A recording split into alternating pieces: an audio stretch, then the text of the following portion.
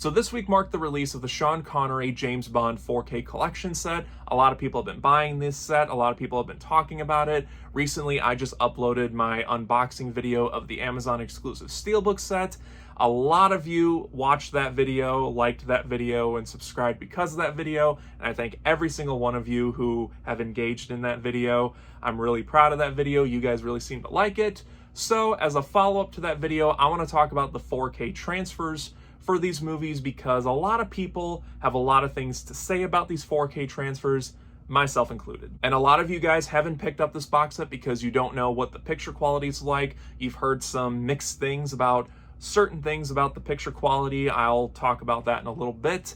So I wanted to give my 2 cents on it because I think some of the complaints that some people are saying about these 4K transfers are way blown out of proportion, but that's just my opinion on the subject matter.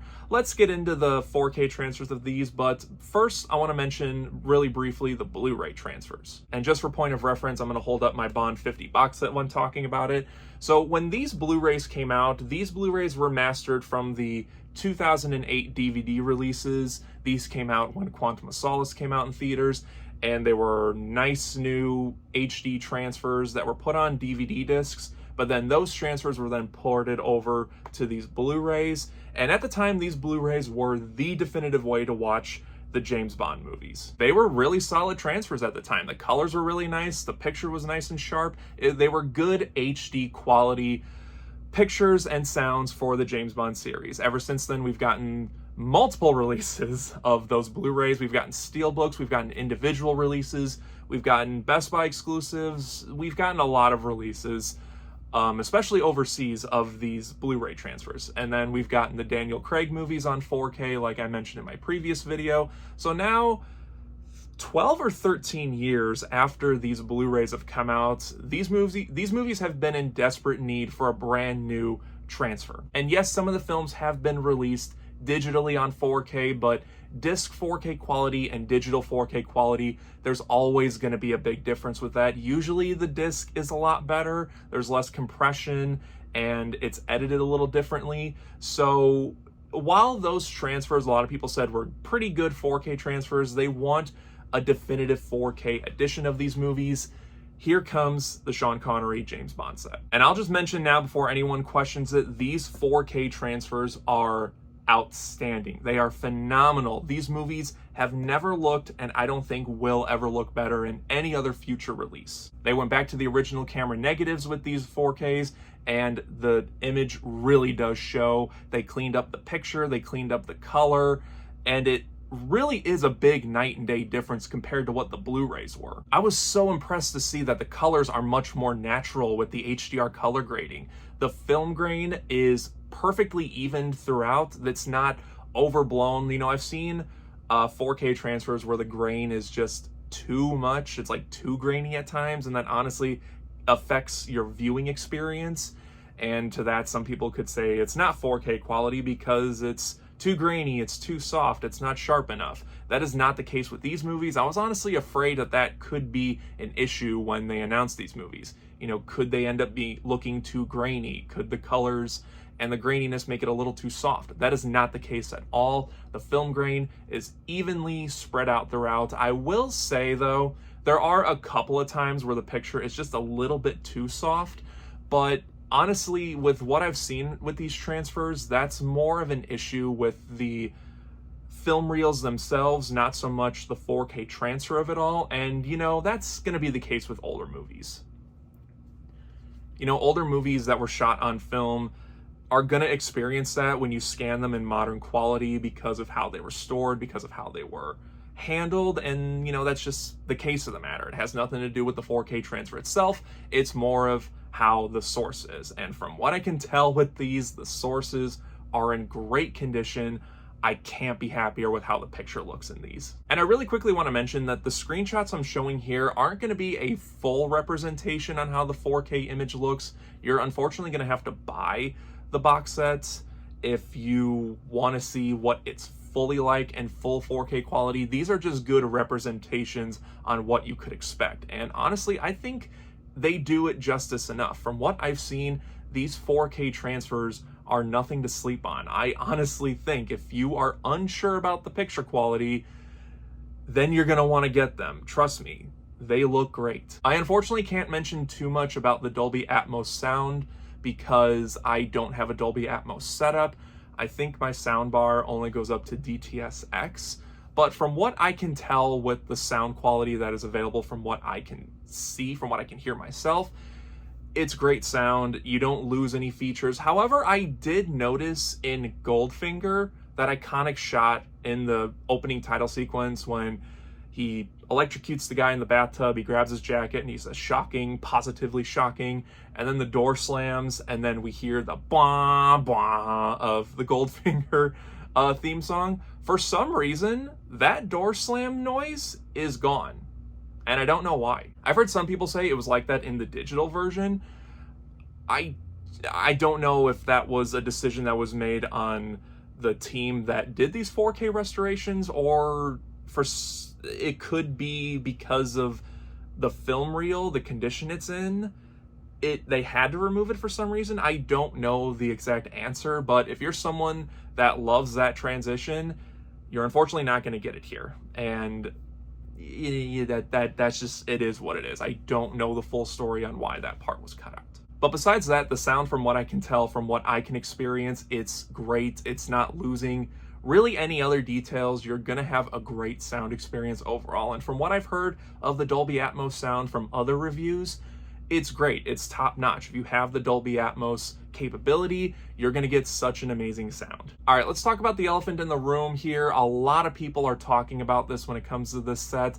A lot of people have commented this on my unboxing video, and that is the cropped image of the first three films, Dr. No, From Russia with Love, and Goldfinger. I've heard a lot of people say that they do not want to pick these up because the image is cropped. You're losing picture on the top and bottom of the screen.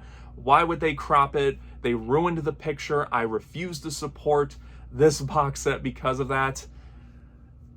And I think those comments are, while valid to some degree, totally blown out of proportion here. The best screenshots that I can find is this screenshot from Dr. No. Now, just keep in mind that this isn't a full representation on what it looks like. You're unfortunately going to have to see it for yourself to fully get it. This is just as best as representation as I can find on what the picture is for cropped. And from what I've seen for myself, it's pretty accurate. So here's the Blu-ray from 2012 when it came out.